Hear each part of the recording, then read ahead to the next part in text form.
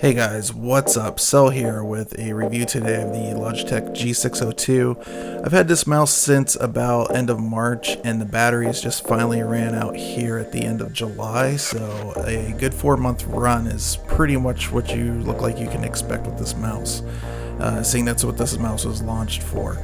So it's advertised as 250 hours in gaming mode and 1400 hours in endurance mode, which is your everyday use. On the top of the mouse, your left and right click have a very nice smooth feel to them, and they're rated at 20 million clicks. As far as the rest of the buttons, they're not listed, but this mouse has a crap ton of buttons. This mouse has more buttons to push than my freaking ex-girlfriend did, okay? On the side, you have 6 buttons.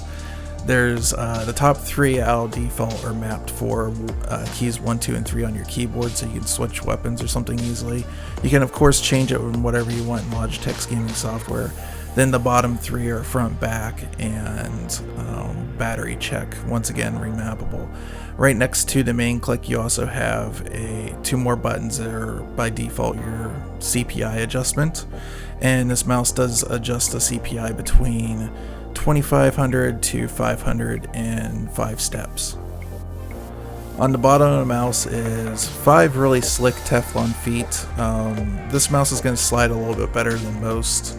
However, it is a little bit heavier at 250 grams. On the bottom, you also have a power switch, and the sensor, I don't know who makes it, but it tracks fairly well from what I've seen.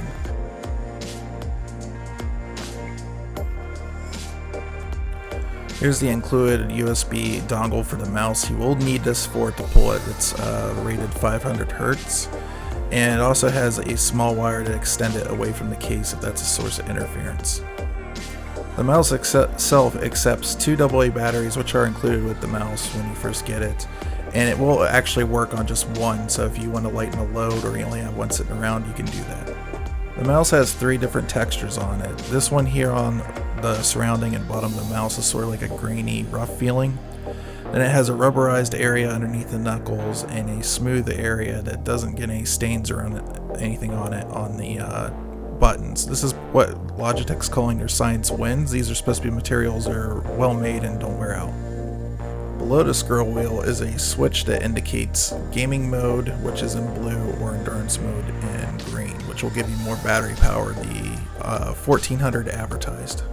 Right next to the left click is your button that will adjust your CPI, and you can see it has these lights here indicating the 5 steps. You can also remap these to any other function in the software. So this mouse pulls at 500 Hertz in gaming mode and 125 in endurance mode. In gaming mode at 500, I felt it was good enough. I have 2 other mice here that pull at 1000, and it's really supposed to be a difference between 1 millisecond and 2, and I really couldn't tell a difference between the 2, so 500 seemed to be well enough. Here what I'm checking for is mouse prediction, and so what I'm trying to do is draw as straight a line as possible in paint and see if it tries to correct my lines at all. And usually you'll see, like really bad mouse prediction, you'll just see a straight line across which a person can't actually draw. Here I noticed that the prediction, there was a tiny little bit, but it honestly wasn't that bad. The mouse did pretty good and didn't have a whole lot of prediction in it.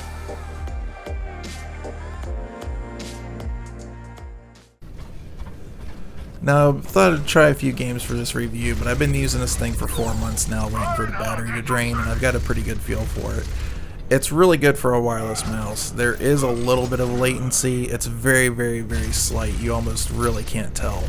But when I compare it to what I consider my best mouse right now in the house, yeah, that rhymed, the Tech Syndicate standard issue mouse, it's really very slight between this and the wireless.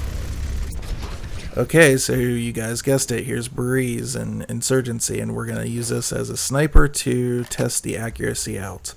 So I have, like I said, 3 mice in here. One of them is a Death Adder 2013, the other one is the Tech Syndicate standard issue, and then this one, the G602. Right now, if I was to rank the 3, it would be Death Adder in 3rd, 602 in a very close second to the Tech Syndicate mouse in first as far as like accuracy goes. This thing is really dead on. I can't really tell much lag at all between this and a wired mouse. So Logitech really needs to be praised there. As far as battery concerns, this thing running out on you in mid-gameplay, there's really no reason for that. The batteries lasted 4 months between endurance and gaming mode. And if you have the software installed, the Logitech gaming software, I believe they call it, and you really want to have that to adjust your buttons, because if you're getting this mouse with 6 buttons on the side of it, you definitely want to have some macros or something probably mapped to this. I will tell you that when it hit 20%, it was giving me pop-ups every single time I would boot up Windows, and just if I was on for long enough on the machine, it would just randomly let me know. That 20% lasted me over a week and a half, so there was plenty of time to go out and get, with the groceries, get a couple batteries for the thing.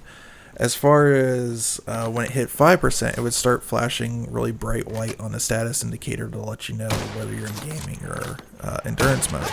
So really there's no reason to just be gaming and all of a sudden, like, say you're like on some of these other mice that are a little bit less power efficient and they're using lasers or something like that, and they just will tell you, hey, you're hitting 20% and then like an hour later you're dead. You're not going to run into that with this mouse. The other problem here is liftoff distance. It's non-adjustable, not even in the gaming software.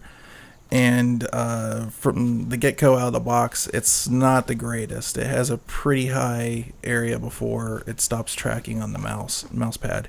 So every time you pick it up and down on the reticle or on your mouse cursor, you'll see it go up and to the right, up to the right, just like clockwork every single time.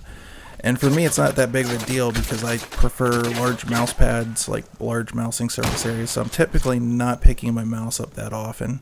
And it's not enough that I can't kind of like compensate for it. So it wasn't that big of a deal. But if that's kind of a pet peeve of yours, you like playing at a higher CPI and using less space, it's probably going to be a problem for you. So it's something to be aware of. So the main thing for me is I wanted to get rid of cable drag, and so this mouse really came in handy. I have a lot of clutter, and unfortunately it just gets in the way. So I'm really happy with this mouse so far personally, but hopefully this video helps you guys make a decision if you're interested in it.